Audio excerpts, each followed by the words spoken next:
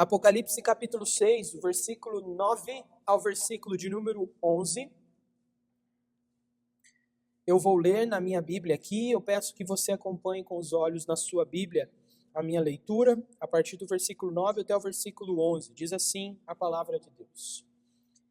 Quando ele abriu o quinto selo, vi, debaixo do altar, as almas daqueles que tinham sido mortos por causa da palavra de Deus e por causa do testemunho que sustentavam. Clamaram em grande voz, dizendo: Até quando, ó soberano Senhor, santo e verdadeiro, não julgas nem vingas o nosso sangue dos que habitam sobre a terra? Então, a cada um deles foi dada uma vestidura branca. Eles disseram que repousasse, ainda por pouco tempo, até que também se completasse o número dos seus conservos e seus irmãos, que iam ser mortos como igualmente eles foram. No século XVI, irmãos, portanto é o século que é lembrado como o século da Reforma Protestante, nós encontramos um grupo que era denominado anabatistas. Eles eram um grupo de anabatistas no século XVI, ali na Europa. Em certo momento desse século, esses anabatistas radicais, eles tomaram a cidade de Münster, na Alemanha, e eles acreditavam que o reino de Deus se instauraria ali, em Münster, na Alemanha, imediatamente. O reino de Deus ia descer ali, ia chegar ali. É isso que eles pensavam. Os líderes, então, eles chamavam os fiéis porque eles entendiam que eles estavam vivendo o milênio na terra e eles deveriam, portanto, eles mesmos, com as suas próprias mãos, estabelecer a justiça divina. Já que nós estamos no milênio, o reino de Deus vai se instaurar aqui, nós temos então a condição perfeita para nós mesmos, com as nossas próprias mãos, estabelecermos a justiça divina. Essa expectativa precipitada, diga-se, ela levou, claro, à violência, levou ao confisco dos bens e à perseguição intensa dentro da própria comunidade entre eles. Então, não foi só uma coisa para fora do grupo deles, mas acabou afetando eles mesmos, por causa dessa mentalidade, desses equívocos. Homens, mulheres e crianças sofreram e morreram de fome, alguns executados. E isso frustrava, então, a esperança terrena do movimento de que o reino de Deus estava chegando ali. Nada se parecia com o reino de Deus chegando ali, com esse ambiente que eles tinham ali, com esse cenário. Esse movimento terminou em tragédia e mostrou que a antecipação humana do reino de Deus, sem esperar a providência de Deus, resulta em desespero e fracasso. Isso ficou claro, é uma lição. Eles mostraram que se você antecipa coisas que Deus não quer fazer, por causa da sua providência, do seu tempo, da sua sabedoria, no que diz respeito à aplicação da justiça e do reino de Deus, vai dar desespero, vai dar fracasso. Isso aconteceu aí mais de 500 anos atrás. Diferente dos santos, então, em Apocalipse, como nós lemos aqui, esses seguidores de Münster buscavam resultados imediatos. Enquanto, irmãos, o Evangelho nos ensina a paciência e a confiança na vingança justa de Deus. Esse é um tópico que precisa ser tratado por nós. Esse é um tópico que precisa ser, sim, considerado por nós, razão pela qual nós temos aí um ponto importante, neste que é o quinto selo que foi aberto no livro de Apocalipse. Então, nós vemos aqui a figura de alguém que ora a Deus. Imagine a figura de alguém que ora a Deus, entregando as espadas de justiça nas mãos do Senhor. Ou entregando, sabe aquele martelinho do juiz? Entregando nas mãos de Deus. Porque não poucas vezes, por causa desse ímpeto nosso de resolver os problemas, nós queremos tomar das mãos de Deus a espada que lhe pertence para a execução da justiça, ou esse martelo para a aplicação da justiça e sentenciar as pessoas. Não poucas vezes nós fazemos isso. Nós teremos tomar esse lugar que pertence somente a Deus. Nós já vimos, irmãos, que embora os julgamentos dos 4 cavaleiros, ali do versículo 1 ao versículo 8 do capítulo 6, nós vimos na semana passada, eles afetassem a humanidade de maneira geral, nós vimos isso. tinha um foco muito específico para atingir os cristãos. Então, esses selos, do versículo 1 ao versículo 8, os 4 primeiros selos, que envolviam os 4 cavaleiros do Apocalipse, eles não tinham apenas a intenção, da parte de Deus, de punir os ímpios, mas, como falei na semana passada, purificar os santos, os crentes. Deus projetou isso. Ele mesmo mandou chamar isso. Tá? Isso ficou claro na semana passada. Nós também vimos no texto anterior que apresentou então a perseguição que já estava em andamento, não é que ela ia começar. O que João está mostrando é um raio-x espiritual, digamos assim, do porquê aquelas perseguições contra os crentes naqueles dias, mas não só naqueles dias, mas dali para frente e em todo o tempo até a volta de Jesus Cristo. Portanto, João mostra que a perseguição que já estava ativa contra a igreja na época de João, que ele escreve o livro, e que perduraria o tempo todo, inclusive hoje. Então, a cena ali do versículo 9 ao 11, que é esse que nos interessa hoje de maneira mais especial, mostra que os cristãos que já tinham sido perseguidos e tinham morrido, eles estavam no presente, acordados, orando a Deus, reforçando que a perseguição não é apenas esperada, mas ela já está em curso.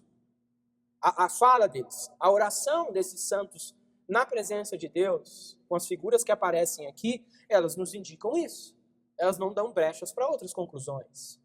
Nós veremos então aqui que a reação santa dos santos que morreram por perseguição, que estão na presença de Deus agora, eles oram por serem seguidores fiéis de Cristo e terem sofrido em seu nome.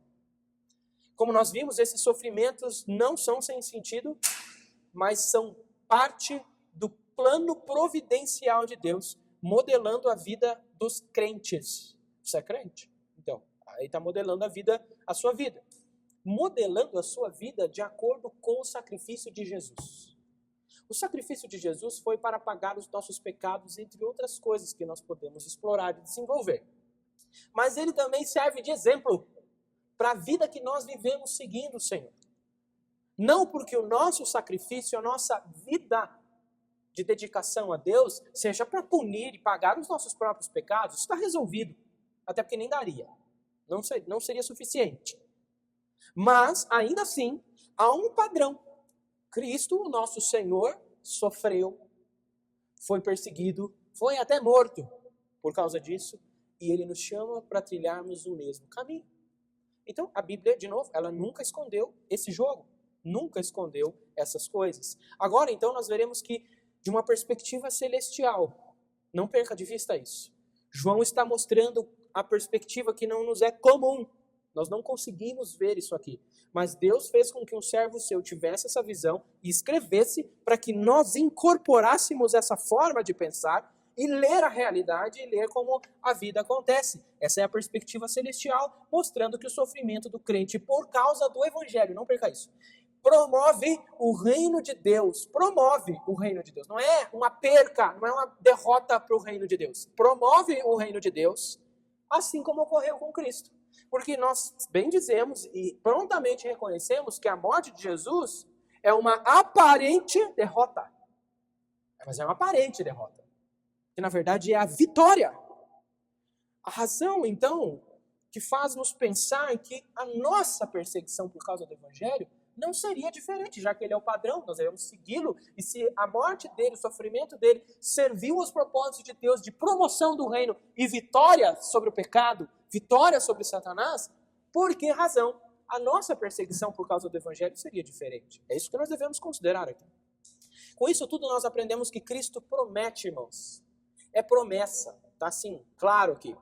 Ele, o próprio Cristo, promete vingar qualquer ultraje ou prejuízo que sofram os seus discípulos fiéis, que inclusive alguns deles chegam a morrer por causa do Evangelho. É isso que ele está prometendo. Ele está prometendo vingança de qualquer ultraje, de qualquer prejuízo que sofram os seus discípulos por causa do seu Evangelho, mesmo que a morte aconteça por amor a Cristo. Cristo promete vingar o sofrimento dos seus. É isso que nós vemos no trecho inteiro.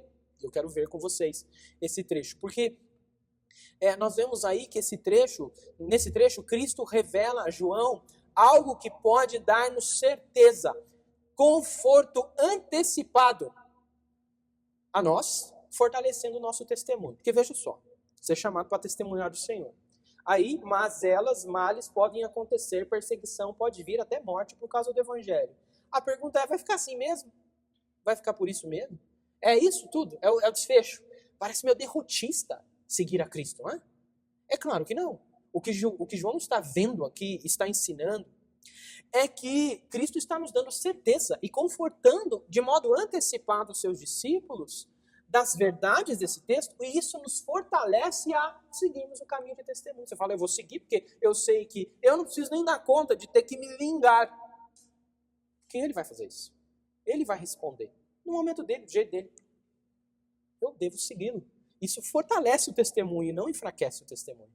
É isso que nós vemos aqui. Então, de pronto, no versículo 9, por exemplo, João fala da abertura do 5º selo e fala da visão das almas debaixo do altar celestial. Essas figuras aqui, altar, tabernáculo, arca da aliança, aparecem aqui no livro de Apocalipse, são figuras que fazem a gente entender algumas coisas que são espirituais, difíceis de nós contemplarmos. Então Deus usa uma dessas figuras para nos revelar ou para nos fazer compreender o que Ele está querendo dizer sobre essa dinâmica, sobre esses acontecimentos, esses cenários. Então esse cenário que está montado aqui não é porque foi aleatório. Ele é projetado desse jeito. João viu dessa forma e tem um valor simbólico.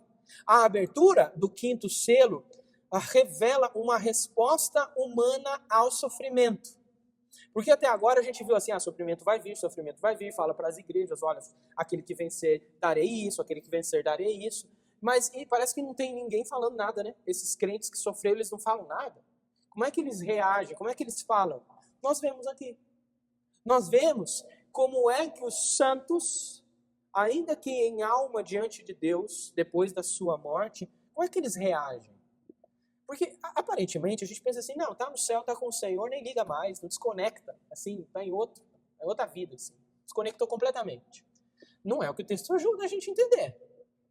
De alguma forma, o texto nos mostra que há uma incompletude num ambiente que é superior ao nosso, mas ainda assim não é perfeito no que vem a ser ainda. Perfeito não porque tem pecado lá, mas é porque não é completo.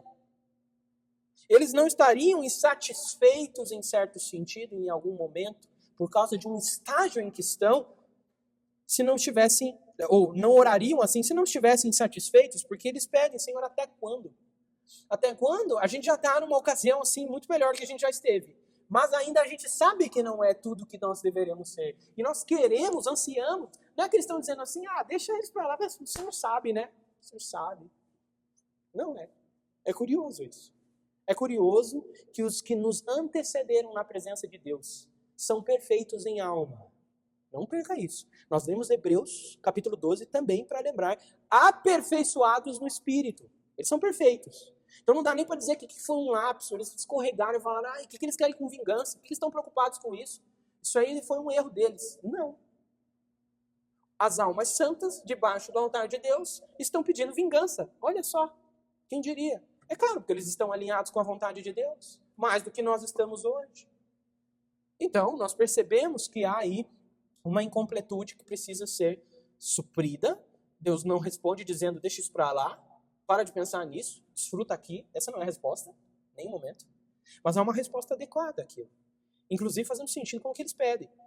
Nós lemos assim, quando ele, Cristo então, abriu o 5º selo, João vê os cristãos que já foram mortos, porque foram oprimidos por causa do Evangelho, eles são descritos como almas daqueles que tinham sido mortos por causa da palavra de Deus e por causa do testemunho que sustentavam. Eles não morreram sem ter nada a ver com o Evangelho.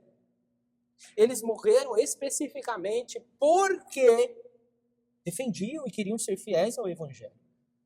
É claro que não são só eles que estão na presença de Deus, mas João está dando destaque para o propósito do livro, que é acerca do testemunho. Você está chamando você a testemunhar, ele está chamando nós todos a testemunharmos de maneira mais fiel, mais intensa. hoje aqui, nos nossos dias, no nosso tempo, o que eu ganho com isso, afinal? Qual é o desfecho para quem segue a Cristo? Bom, já tem um aqui. Você já tem um vislumbre daquilo. O que acontece? Eles estão na presença de Deus. Literalmente, a palavra almas aí poderia ser traduzida por almas degoladas. O termo é forte. Ele não está traduzido nesse sentido, mas se nós fôssemos traduzir aqui, seriam almas degoladas. Por quê? Porque o cordeiro que foi morto era um cordeiro degolado. No Antigo Testamento, quando você ia oferecer um sacrifício de cordeiro, você cortava o pescoço para que escorresse o sangue. Era assim que fazia os sacrifícios. Esse cordeiro aparece com uma degola, com a marca da degola. As almas estão entendidas como almas degoladas. É claro que a alma não degola, é um espírito, é uma coisa, não é matéria, mas é uma figura para mostrar que estes aqui, eles sofreram da mesma forma ou de forma muito semelhante ao cordeiro. O cordeiro que foi morto porque foi fiel até o fim.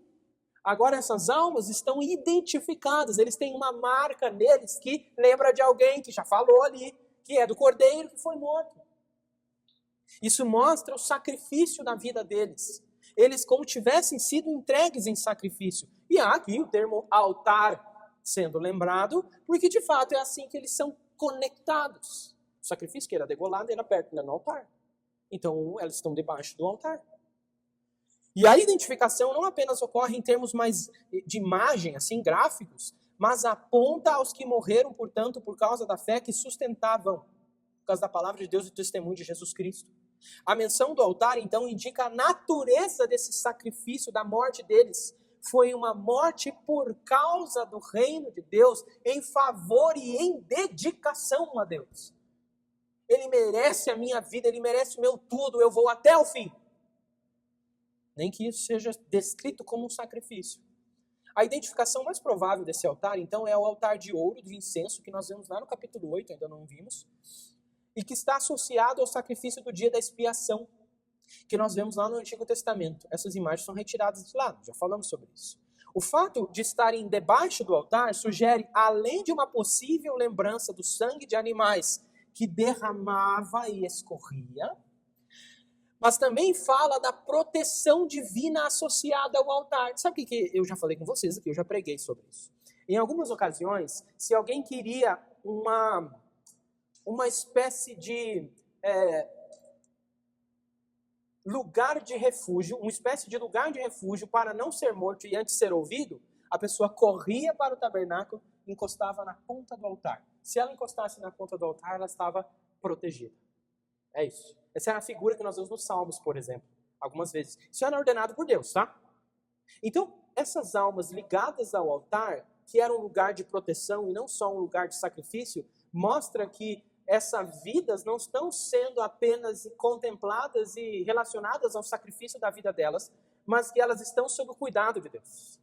Elas estão já sob a proteção de Deus. Elas estão ligadas à ponta do altar.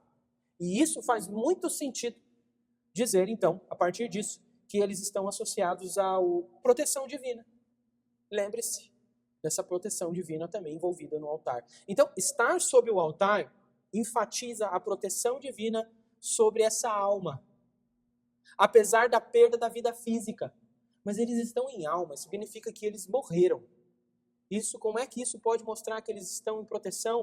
Eles estão em proteção porque Deus fez com que a sua morte servisse para o seu reino, para o testemunho do reino de Deus, mas também para a purificação. Não é isso que os 4 selos primeiros falavam também? Sobre Deus punir os ímpios e purificar os santos? Agora eu protejo eles. A morte deles não é menos proteção, mas é parte dessa minha proteção. Na verdade, eu trouxe eles para proteger de um jeito que eu não protegia antes. Ou de uma maneira mais próxima, né?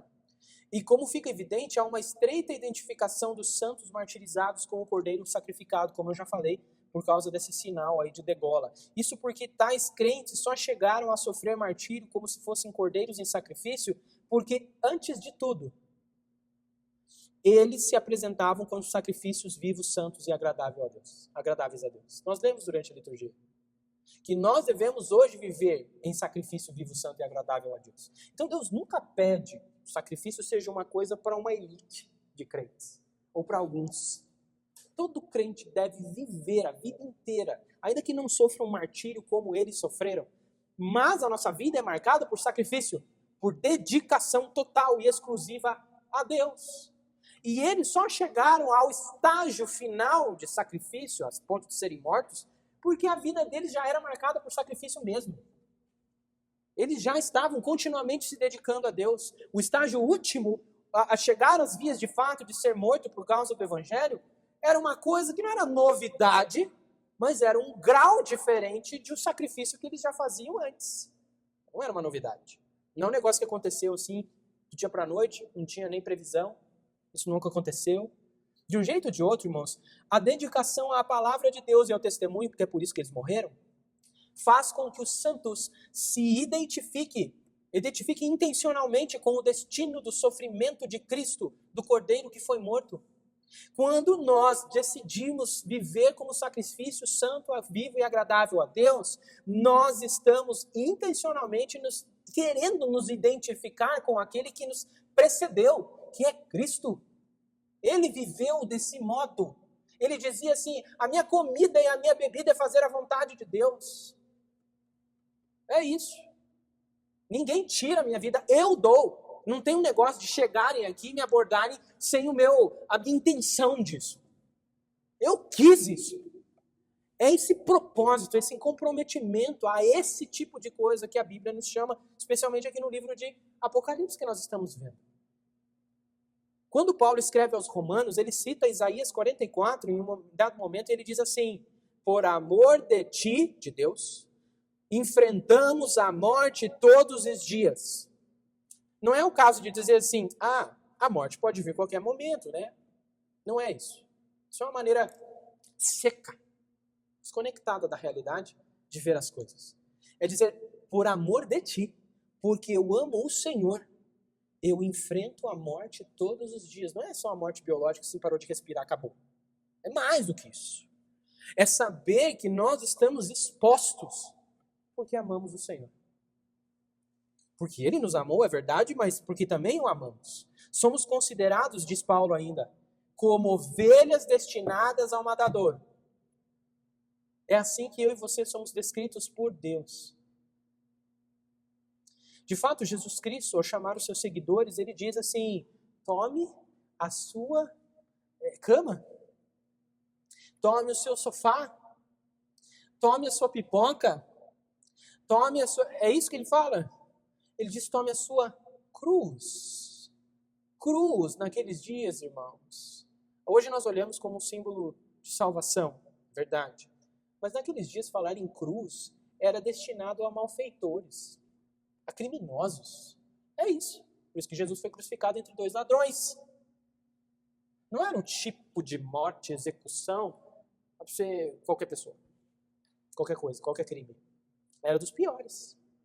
E Jesus está nos chamando a chegarmos ao nível de comprometimento com o Senhor. Ele sempre nos chamou a isso. E como um cordeiro degolado é o símbolo de identidade de todos os cristãos, minha e tua inclusive, todos podem ser referidos pela mesma metáfora. Todos aqueles que seguem a Cristo são como ovelhas rumo ao matador. Por amor de ti, entregues à morte todos os dias. E a comparação com o sofrimento de Jesus na morte enfatiza que, como Cristo, irmãos, o sofrimento de sacrifício e a aparente derrota aos seus seguidores se transforma numa vitória. Não à toa, nós precisamos nos lembrar de que a morte para o cristão é uma mudança de endereço para o céu. Nós não perdemos, por isso que Paulo diz aos Filipenses, ele mesmo diz que ele estava preso por causa do Evangelho, ele podia ser morto a qualquer momento, e ele diz assim, para mim o morrer é lucro. Viver é Cristo, e o morrer é lucro, porque eu vou estar com o Senhor, a ganho. Não porque a morte é bonita, mas porque a morte é uma promoção nesse aspecto. E note ainda, irmãos, que é uma continuidade histórica do martírio dos fiéis. Deus não está nos chamando isso porque é a nova ordem do dia, o novo momento. Você lembra de Abel? Abel, da primeira família da humanidade, morreu perseguido por seu irmão de sangue. Por que? O que Abel fez? Ele agradou o Senhor. Ele ofereceu um sacrifício agradável ao Senhor. O seu irmão Caim não conseguiu suportar isso, não conseguiu lidar com essa verdade, matou o seu irmão. É ele o meu problema? Na cabeça dele era. Então eu vou acabar com ele, eu vou eliminar esse problema. Desde o sangue de Abel, clama-se da terra a Deus por vingança. Então ele foi o primeiro, não o último. Ainda há muitos outros, como o texto inclusive nos mostra. Desde a primeira família da terra, então, a morte por causa da fidelidade a Deus é uma infeliz ocorrência, mas é uma previsibilidade. Isso acontece, antes de tudo, irmãos, porque Deus impôs uma inimizade entre a semente santa da mulher, Eva, e a semente ímpia da serpente, Satanás. Deus quis isso.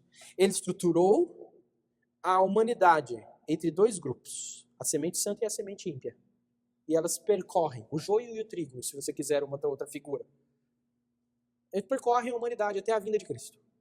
E elas brigam. Uma persegue a outra.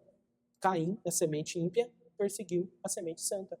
E não foi o primeiro, não foi o único, nem o último. O sofrimento, então, irmãos, faz parte da nossa identidade como cristãos. Sofrimento não é um acessório, não é um acidente de percurso na vida cristã.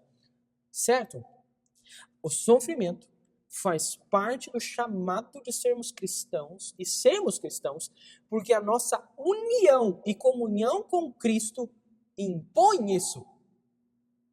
Ao sermos chamados para tomar a nossa cruz e perder a nossa vida por amor ao Evangelho, nós estamos, em essência, nos tornando mártires. É dizer assim, Senhor, eu vou até as últimas consequências. Se o Senhor quiser que eu seja um mártir, se o Senhor for servido, usar em tuas mãos o meu sacrifício, que assim seja. Então a perseguição e o sofrimento, mesmo em suas formas não literais, não chegar às últimas consequências, são marcas inevitáveis da fidelidade cristã e o único caminho para o reino. É isso, faz parte. Devemos mudar nossa teologia, então, do conforto para a teologia da fidelidade sacrificial. Às vezes a gente fica muito confortável. Esquece desse elemento essencial. Quando a perseguição chega, ela fortalece a igreja. Não tenha dúvida disso. Tem aí a imagem das vestes brancas. E impulsiona ainda a missão de fazer discípulos, porque muitas vezes, porque Deus manda a perseguição, como no livro de Atos, capítulo 8, ele espalha e dispersa os mártires para outras regiões ainda que não foram alcançadas. Por isso, quando você enfrentar calúnias, rejeição ou dificuldades para manter ou por manter a sua fé, veja isso, irmãos, como um privilégio e um sacrifício que está sendo registrado e aceito no altar de Deus no céu, aproximando-se da sua recompensa final. É isso, irmãos. É por isso que os discípulos, quando eles foram presos, lá no capítulo 4 de Atos, eles estavam algemados e eles estavam alegres porque foram considerados dignos de sofrerem por causa do Evangelho. Que Deus nos dê essa mentalidade. Esse tipo de reação. Aqui. Versículo 10 nos mostra João relatando o clamor dos mártires, então, por justiça, especificamente pedindo vingança divina. Nós vemos que a imagem do altar conecta a ideia de sacrifícios à oração. Óbvio. O altar também era um lugar para isso. Isso pedindo vindicação ou vingança, porque o texto diz, até quando, ó soberano Senhor, santo e verdadeiro, não julgas nem vingas o nosso sangue dos que habitam sobre a terra? Até quando? Eles não estão dizendo, o Senhor vai julgar? Não é uma dúvida. É até quando? Está falando sobre o tempo. Qual é o momento em que isso vai acontecer? A resposta ao sofrimento é verbalizada e, como nós vemos, irmãos, não é um pedido de vingança pessoal. Falar, Senhor, só porque doeu, entendeu? Não é essa a questão. Ele está dizendo isso por causa do soberano Senhor, do santo e verdadeiro. E o apelo a Deus como um santo e verdadeiro reforça o pedido para que ele demonstre a sua santidade e verdade executando a justiça. Eles estão dizendo, o Senhor é santo e verdadeiro. Então, por ser santo e verdadeiro, isso não vai ficar assim. A pergunta, Senhor, é até quando? Até quando? E veja que eles estão em descanso como nós não estamos hoje. Eles podiam dizer, puxa, tem dó deles, Senhor. Já seria muito, não é? Mas não, eles estão interessados no desfecho dessa situação. Isso porque a justiça de Deus está em jogo se ele não punir o pecado. Aliás, esse pedido aí, até quando, você que seguiu aqui conosco nas exposições do livro dos Salmos, ele é recorrente, muitas vezes. É uma palavra, um tipo de oração, um tipo de pedido muito comum no livro dos Salmos. E isso sempre envolvia Deus punir ou reclamar a honra, o sangue de alguém que foi martirizado ou está sofrendo perseguição. Davi faz isso às vezes. Essa pergunta é vista também em Zacarias 1:12, onde a mesma pergunta sugere após a patrulha dos cavalos, que nós já falamos, e dizendo que essa pergunta surge depois da patrulha dos cavalos e ela é respondida com a promessa de um julgamento divino ao final. Então, tanto em Zacarias quanto aqui, a resposta é a mesma, porque a pergunta é a mesma. Depois do mesmo episódio, dos cavaleiros. E se nós notarmos, o pedido aqui feito será respondido em passagens futuras, porque lá no livro de Apocalipse também, capítulo 8, no capítulo 19, há uma resposta mais conclusiva. Então, a resposta é dada. Deus antecipa, ele diz, olha, como é que eu vou responder aquela oração que foi feita no capítulo 6? Deus mostra no capítulo 8 e mostra no capítulo 19. O Salmo 79 diz, por que as nações haverão de dizer onde está o Deus deles? Essa pergunta é das nações. Nós o perseguimos, matamos eles. E a pergunta é, onde é que está o Deus de vocês, afinal? O versículo ainda diz lá no versículo 10 do Salmo 79. Diante dos nossos olhos, mostra às nações a tua vingança. Diante dos nossos olhos, mostra às nações a tua vingança pelo sangue dos teus servos. Eles vão dizer, Senhor, onde é que está o Deus deles? Mostra diante dos nossos olhos a vingança que o Senhor vai fazer. E Deus vai responder essa oração. Salmo 79, de Apocalipse 6 e qualquer outra oração que a gente ore do tipo, venha o teu reino. Que envolve isso. Então o pedido não julgas nem vingas o nosso sangue nos remete ao Salmo 79, entre outros textos, e foca na defesa da glória de Deus e da verdade de Deus através do julgamento de pecadores que oprimiam o seu povo. Na base dessas orações está assim, Senhor, olha o que eles vão dizer do Senhor. Olha como eles afrontam o Senhor. Onde é que está o Deus deles, afinal? Olha como eles vão dizer que o Senhor não é um Deus de Araque. É justo, santo? Não. Então é por isso que é a oração. É isso que dá base. Não é dizendo assim, Senhor, eu só não gostei, entendeu? Não foi legal. Doeu. Não é isso. Os santos pedem a Deus que julgue os que habitam sobre a terra, diz aí, que é um termo visto no livro de Apocalipse para aqueles que são perseguidores. E veja, irmão, o pedido por vingança divina inclui o desejo que Deus demonstre publicamente que os santos estavam certos e os seus perseguidores errados. Se você for para a pergunta 90 do Catecismo Maior de Westminster, tem uma pergunta lá que é assim, o que acontecerá aos justos no dia do juízo? A resposta é a seguinte, no dia do juízo, ela é maior do que isso, tá? Mas eu vou ler uma parte dela. No dia do juízo, os justos, sendo arrebatados para encontrar Cristo nas nuvens, serão postos à destra de Cristo e ali, abertamente, reconhecidos e justificados. Deus tem projetado isso, colocar os salvos ao lado de Cristo para que todos vejam e digam, eles sempre estiveram certos. Não é que eles eram fanáticos. Eles estavam certos. Eles defenderam o meu evangelho. Vocês o mataram. Mas eles estavam certos. É isso. É essa sensação. É esse entendimento. Nós não morremos em vão. Nós fomos às últimas consequências, sabendo que Ele é um Deus tão cuidadoso, que Ele não vai dizer assim, vocês estão certos, mas não precisa falar nada para ninguém. Fica entre nós. É o que importa, é o que basta. Não é assim que acontece. Um juiz não faz isso. Ele declara alguém inocente. Ele declara alguém culpado. E isso tem que ficar registrado. Reverberar. Colocar em edital nos jornais, se for o caso. Mas isso precisa ser publicado. Deus, como juiz perfeito, faz isso. E por fim, no versículo 11, nós vemos que João mostra a resposta divina ao pedido dos santos, na qual, nessa resposta, nós vemos que eles pedem descanso. Deus dá, na verdade, a oferta e promete para eles descanso por mais um tempo. De modo imediato, então, uma resposta é dada aos crentes que morreram e estão com o Senhor e oram por vingança e reclamam pela justiça de Deus. Uma resposta inicial é dada na forma de uma ação simbólica, porque cada um deles recebe uma veste branca. Isso seria o símbolo de pureza e justiça que eles já têm, já desfrutam em grande medida, mas também nos lembra do descanso por um tempo que ainda está reservado até que a justiça e a resposta à oração deles seja, então, portanto, efetivada.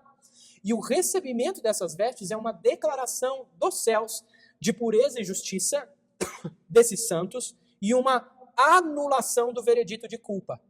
Já é uma antecipação de que vocês não são culpados. Dar vestes brancas para alguém que errou pedindo vingança não seria certo, ok? Então, se você está dando vestes brancas, você está endossando e avaliando corretamente aquela oração. Eles não erraram pedindo isso, inclusive.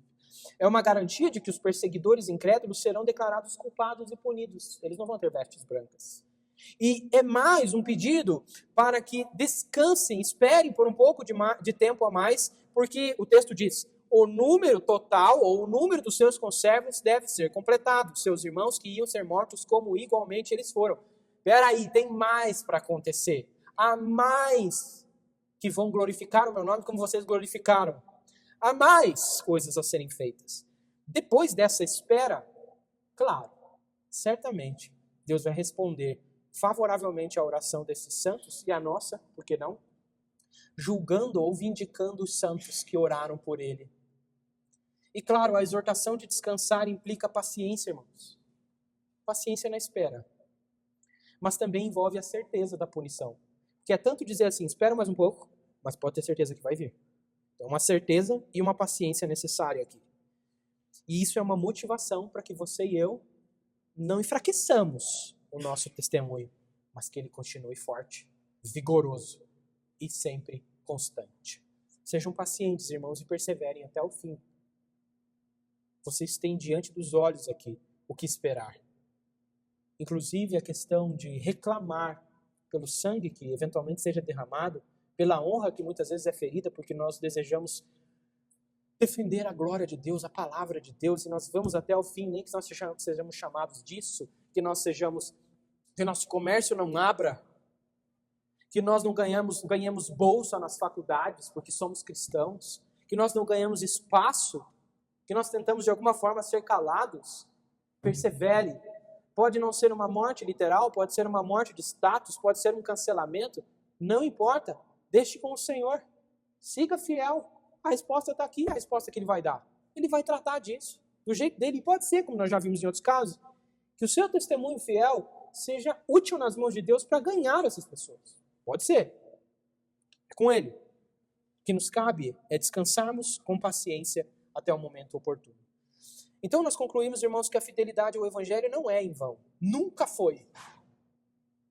Mas é parte do plano providencial de Deus, identificando-nos com o Cordeiro sacrificado e moldando a nossa santidade e perseverança fiel. Mesmo diante da perseguição e da morte, irmãos, os nossos clamores por justiça e oração ao soberano, santo, Senhor e verdadeiro demonstram que Deus ouve e guarda cada um de nós, prometendo vindicação ou reclamando a nosso sangue, a nossa honra, talvez, e declarando a pureza e a justiça daqueles que perseveram na fé. O Evangelho, irmãos, portanto, transforma o nosso sofrimento em comunhão com Cristo. Você não está sendo afastado dele, você está se parecendo mais com ele. Nossa raiva em oração pela glória de Deus, nossa dor, que é isso que nós devemos levar a Deus, isso que nós percebemos que o Evangelho faz, ele transforma aquilo que nós sentimos em oração pela glória de Deus e por causa de Deus. E o Evangelho também nos garante que a fidelidade sacrificial produz vitória, justiça e recompensa eterna, fortalecendo-nos a firmemente permanecermos enquanto aguardamos o cumprimento pleno da promessa que o Senhor já nos fez aqui. E que Deus nos abençoe assim.